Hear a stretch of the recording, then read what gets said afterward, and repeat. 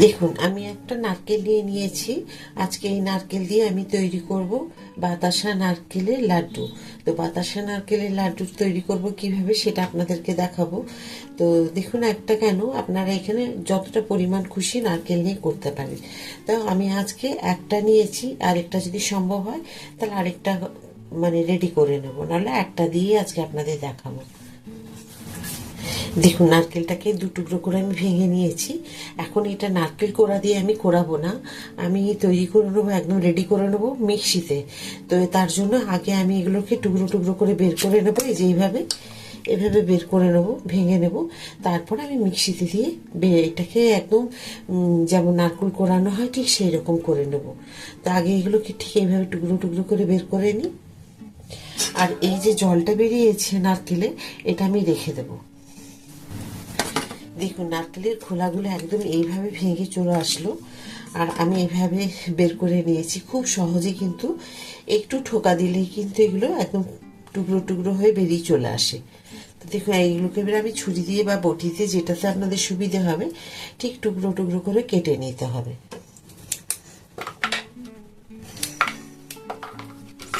এইটা না খুব সহজে হয়ে যায়।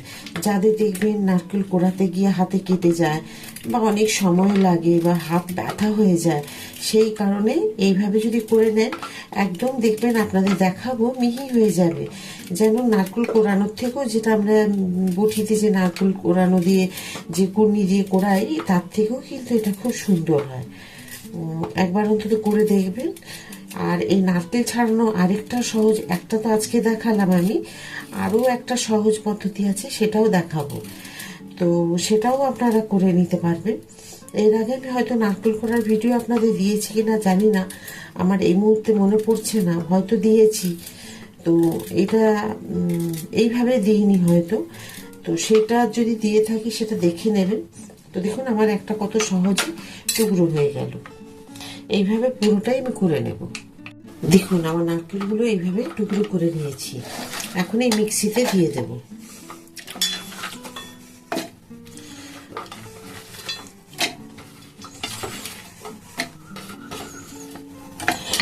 আর এই যে জলটা আছে, সেই জলটা আমি ছাঁকনিতে ছেঁকে দিয়ে দেবো নারকেলের। এই যে দেখুন নোংরাগুলো আছে, তো এই জন্য ছেঁকে নিয়ে দিলাম।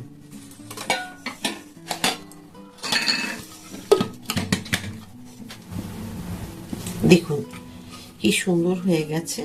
এবার দেখাই আপনাদের, দেখুন কতটা সুন্দর হয়েছে, দেখেছেন? একদম মিহি পেস্ট হয়ে গেছে, মানে পাউডার হয়ে গেছে সেরকম। এটা মিক্সিতে দিয়ে তৈরি করার এর আরেকটা সুবিধে, যাদের বয়স্ক মানুষ না একটু নারকেল যে নাড়ুগুলো খাবে একটু ছিবড়ে ছিবড়ে হয়ে যায়, তো সেই কারণে এইভাবে যদি করেন না তাদের খেতে খুব সুবিধা হয় বয়স্ক মানুষদের। সেই কারণে দেখুন কতটা মিহি, দেখুন সবার তো ভালো লাগবে, ওনাদের আরো বেশি ভালো লাগবে। তো চলুন এটাকে আলাদা একটা জায়গায় ঢেলে নিই আমি। এখানে একটা নারকেল আমি নিয়ে নিয়েছি একটা ননস্টিকের ফ্রাই প্যানের মধ্যে, আর এখানে নিয়েছি আমি 250 গ্রাম বাতাসা গুঁড়ো করে নিয়েছি। দেখুন 250 গ্রাম বাতাসাকে গুঁড়ো করে নিয়েছি, এইরকম আছে। এটা গুঁড়ো করে অবশ্যই নেবেন, আর একদম লো ফ্লেমের মধ্যে এটাকে তৈরি করতে হবে, একদমই হাই ফ্লেমে দেওয়া যাবে না, সমানে কিন্তু এটাকে লো ফ্লেমে রেখে করতে হবে। তার মানে আমি দিয়েছি এখানে একটা মিডিয়াম সাইজের যে নারকেল আছে, তার জন্য আমি 250 গ্রাম বাতাসা নিয়েছি। এই 250 গ্রাম বাতাসা দিয়ে আমি গুঁড়িয়ে নেওয়ার পরে দেখুন, আর আরেকটা আপনাদের কথা বলি, নারকেলের যে উপরের একটা ব্রাউন কালারের যে পাতলা আস্তরণ থাকে নারকেলের সাদা মানে শ্বাসটার ওপরে, সেটা আপনারা চাইলে বটিতে বা ছুরিতে করে আস্তে আস্তে করে ওটাকে বের করে দিতে পারেন, তাহলে কি সাদা অংশটা থাকবে, চিনি দিয়ে করলে দেখতে আরও সুন্দর লাগবে। এটা আপনাদের বলে দিলাম, আর আজকে আমি পারলাম না সেইভাবে করে দেখাতে, একদিন না হয় দেখিয়ে দেবো। আজকে এটা দেখালাম বাতাসা দিয়ে কিভাবে করবেন। দিয়ে দিলাম কতগুলো এলাচের দানাকে গুঁড়ো করে। দেখুন একদম লো ফ্লেমে পুরো জলটাকে, যে মিষ্টির যে একটা চিনির যে একটা জল বেরোবে নারকেলের সাথে, পুরো শুকিয়ে গেছে। একটু ধৈর্য ধরে কিন্তু রেখে রেখে নাড়লে কিন্তু একদম লাল হয়ে যাবে, আর দেখতে ভালো লাগবে না। তো এটাকে সমানে কিন্তু এভাবে হাতা দিয়ে নাড়িয়ে যেতে হবে। দেখুন নারকেল রেডি হয়ে গেছে। এখন এই সময় আমি দিয়ে দেব একটু গুঁড়ো দুধ। এটা দিলে কিন্তু এটা খুব সুন্দর লাগবে খেতে, এই স্বাদটা।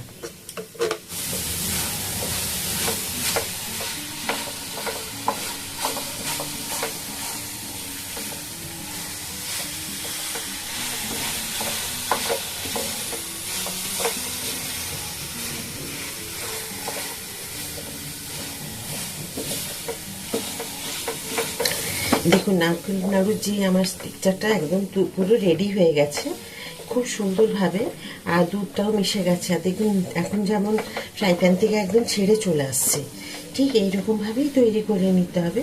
এবার আপনাদের বলি বাতাসা দিয়ে আমি কেন করলাম। বাতাসা দেখবেন আমরা যে মিষ্টির রস করি, যেমন একটা চিটচিটে ভাব থাকে, একটা যে আমরা শিরা, ঠিক সেই শিরা তৈরি করেই তো বাতাসাটা তৈরি হয়। ওই রকমভাবে ফুটিয়ে চিনির রসকে সেইভাবে তো বাতাসা তৈরি হয়।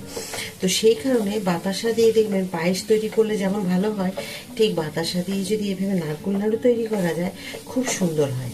একবার অবশ্যই তৈরি করে দেখুন, দেখে আমাকে কমেন্ট করে জানাবেন কেমন হয়েছিল। আমি দেখেছি খুব ভালো হয়, তার জন্যই আপনাদের বললাম যে খুব সুন্দর হবে। তো আরও স্বাদটাও কিন্তু ভালো হয়। তো কেমন হয়েছে বলুন। আজকে দেখুন একদম ছেড়ে চলে আসছি। এটা ঠান্ডা হয়ে যাক, নাড়ুগুলো তৈরি করে আবার আপনাদেরকে দেখাবো। দেখুন একটা আলাদা থালার মধ্যে এটাকে ঢেলে আমি রেডি করে দিলাম। এটা একটু ঠান্ডা হয়ে গেলে তারপরে আমি এগুলোকে নাড়ু হিসেবে পাকিয়ে নিতে পারি, বা যেরকম ধরুন সন্দেশ তৈরি হয় সেরকম করে নিতে পারি। তো দেখুন আমি দেখছি এখন এটাকে কিভাবে তৈরি করা যায়। এই যে দেখুন আমি এইভাবে নিয়ে নিয়েছি, একটু নিয়ে, আর এইভাবে যখনই ঠান্ডা হয়ে যাবে না, তখন এটাকে খুব সহজে এইভাবে পাকিয়ে নেওয়া যাবে। দেখুন কি সুন্দর হয়েছে। তো এইভাবে আমি সবগুলোকে পাকিয়ে নেব।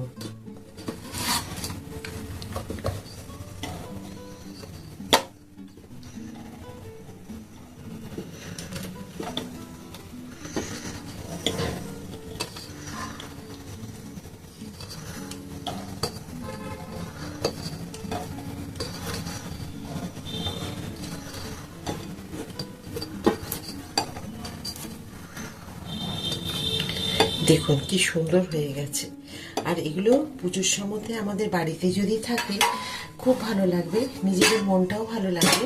আগে তো দেখুন আমাদের মা যখন মানে আমরা ছোট ছিলাম তখন দুর্গাপুজো কালী পুজোতে এইভাবে বেসনে যে টানা নাড়ু আপনাদের দেখেছি, সেই নাড়ু বা এরকম নারকেল নাড়ু এগুলো বাড়িতে তৈরি হতো। তখন কেনা নাড়ু অতটা প্রচলন ছিল না, খুব কম। তো এরকম টানা নাড়ু বা নারকেল নাড়ু আপনারা বাড়িতে তৈরি করুন। আর এই নারকেল নাড়ুগুলো কেমন হয়েছে অবশ্যই কমেন্ট করে জানাবেন। আশা করি আজকের এই নারকেল নাড়ুর ভিডিও আপনাদের সকলেরই ভালো লেগেছে।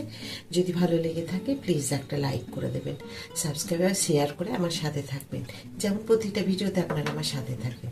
আবার একটা নতুন ভিডিওতে নতুন রান্না নিয়ে আপনাদের সকলের কাছে আমি চলে আসবো।